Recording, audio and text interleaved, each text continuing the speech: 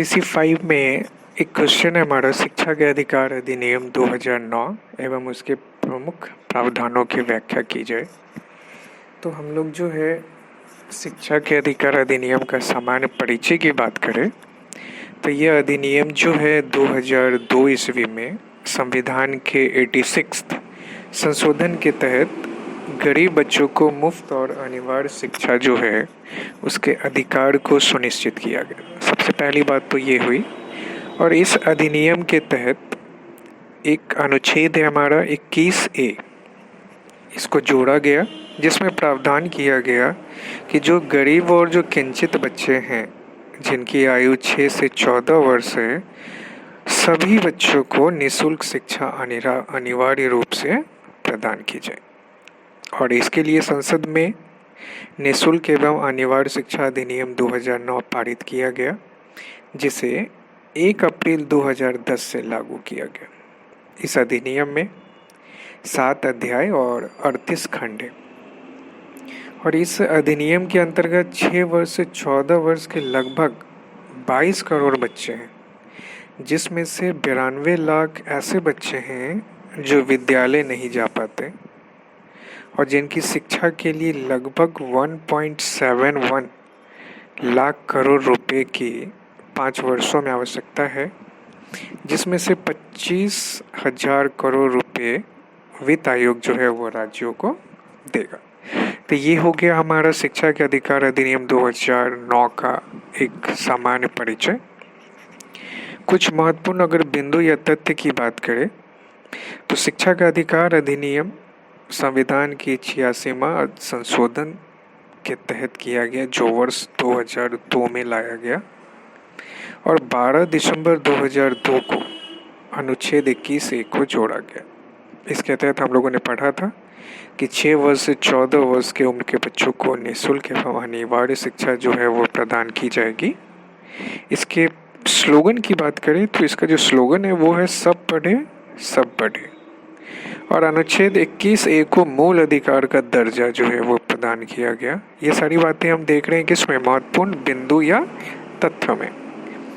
आगे बढ़ते हैं तो 20 जुलाई 2009 को राज्यसभा और 4 अगस्त 2009 को लोकसभा में राइट टू एजुकेशन एक्ट विधेयक जो है वो पारित किया गया।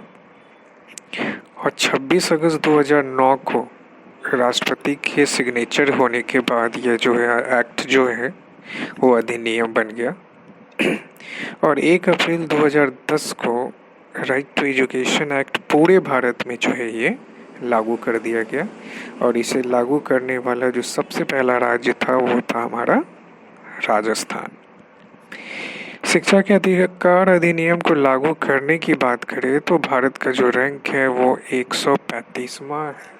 यानी पूरे विश्व में जितने भी देशों ने आज तक शिक्षा के अधिकार अधिनियम को लागू किया है उसमें भारत का जो स्थान है 135वां है। अब बात आती है कि आखिर शिक्षा के अधिकार अधिनियम को लाने की ज़रूरत क्यों पड़ी।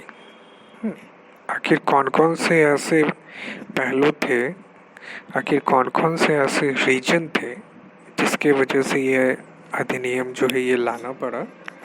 तो सबसे पहला है कि चूँकि शिक्षा जो है वो आधारभूत जो है हमारी ज़रूरत है समाज के विकास के लिए, परिवार कल्याण के लिए और देश एवं अंतर्राष्ट्रीय स्तर पर हमारी सहभागिता हो।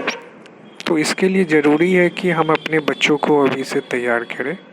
बच्चों को शिक्षा के मुख्य धारा से जोड़ना ये हमारा परम उद्देश्य है, जिसके तहत 6 वर्ष से 14 वर्ष तक के बच्चों को मुफ्त और अनिवार्य शिक्षा दी जाए। ये भी जो है हमारा मेन उद्देश्य था। बच्चों को दंड देने वाले जो शिक्षक हैं उन पे कार्रवाई की जाए। यानी पहले हम लोग देखते थे कि बच्चों को काफ़ी ज़्यादा यातनाएं दी जाती थी अगर वो समझ नहीं पाते थे या किसी बात को अच्छे से वो जान नहीं पाते थे। तो ये भी एक उद्देश्य था कि वैसे शिक्षक जो बच्चों को दंड देते हैं उन पे कार्रवाई भी की जाएगी। आर्थिक रूप से कमज़ोर वर्ग के बच्चों को मुफ्त शिक्षा प्रदान कर उन्हें शिक्षित करना, ताकि वो आगे चल के उनका सर्वांगीण विकास हो सके। बच्चों में शिक्षा के प्रति रुचि जागृत करना, यानी बच्चे पढ़ें, वो शिक्षा के मूल्य को समझें। तो इसके लिए क्या है कि उनके अंदर जो है वो रुचि होनी चाहिए कि मुझे पढ़ना है, मुझे कुछ बन के दिखाना है। आगे बात करें तो लड़कियों की शिक्षा पर भी विशेष ध्यान देना, ये भी हमारा उद्देश्य था कि हम लोग ने देखा है जेंडर बाइस कितना ज़्यादा हमारे समाज में होता है, तो लड़कियां भी आगे बढ़े, उन्हें भी शिक्षा के अधिकार के तहत जो है वो लाया गया। क्योंकि अगर लड़कियां अगर शिक्षित होती है तो हम लोग जानते हैं कि हमारा पूरा परिवार शिक्षित होता है, आने वाला जनरेशन हमारा काफ़ी जो है वो शिक्षित होता है। शिक्षा तो शहरी क्षेत्र में तो है ही, इनका उद्देश्य ये भी था कि ग्रामीण क्षेत्रों तक भी शिक्षा का जो है प्रचार प्रसार किया जाए। बच्चों को मुफ्त में पुस्तकें मिले, कपड़े मिले, स्कॉलरशिप मिले, जिसके माध्यम से जो है शिक्षा को बढ़ावा मिले। जो भी दूरस्थ और सुदूर क्षेत्र हैं वहाँ पे विद्यालय को स्थापित किया जाए और वहाँ के बच्चों को शिक्षा के मुख्य धारा से जोड़ा जाए। तो ये सारे थे इसके उद्देश्य। अब इन सारे उद्देश्य की पूर्ति के लिए जो है क्या क्या फैसिलिटी जो है इस अधिनियम के तहत लाया गया, राइट टू एजुकेशन एक्ट 2009 के तहत जो प्रावधान लाया गया उसको हम लोग देखते हैं। तो इसके तहत हम लोग तो ये बेसिकली जानते हैं कि जितने गवर्नमेंट स्कूल हैं सिर्फ वहीं ये नियम है, तो ऐसी बातें नहीं है। राइट टू एजुकेशन एक्ट 2009 के तहत सभी सरकारी एवं निजी संस्थानों में 25% सीटें गरीब छात्रों के लिए आरक्षित होगी। यानी अगर आप प्राइवेट स्कूल में भी अपने बच्चों को अगर पढ़ाना चाहते हैं जो गरीब हैं, तो उनके लिए भी ये मापदंड रखा गया कि 25% जितनी सीटें हैं उसमें से जो है वो गरीब बच्चों के लिए होगी। यानी अगर 100 सीट हैं तो 25 सीटें आपको ऐसे बच्चों को देना होगा जो गरीब परिवार से बिलोंग करते हैं। हाँ, उसके लिए जो क्राइटेरिया है वो आपको फुलफिल करनी होगी। दूसरा प्रावधान की बात करें तो 40 छात्रों पर एक शिक्षक का होना अनिवार्य है। यानी अगर किसी क्लासरूम में अगर 40 स्टूडेंट हैं तो उस पर एक टीचर जो है वो अपॉइंट किए जाएंगे। प्राथमिक कक्षा के लिए 30 स्टूडेंट पर एक टीचर होंगे। 6ठी से 8वीं वर्ग के लिए जो है 35 स्टूडेंट पर जो है एक टीचर हो।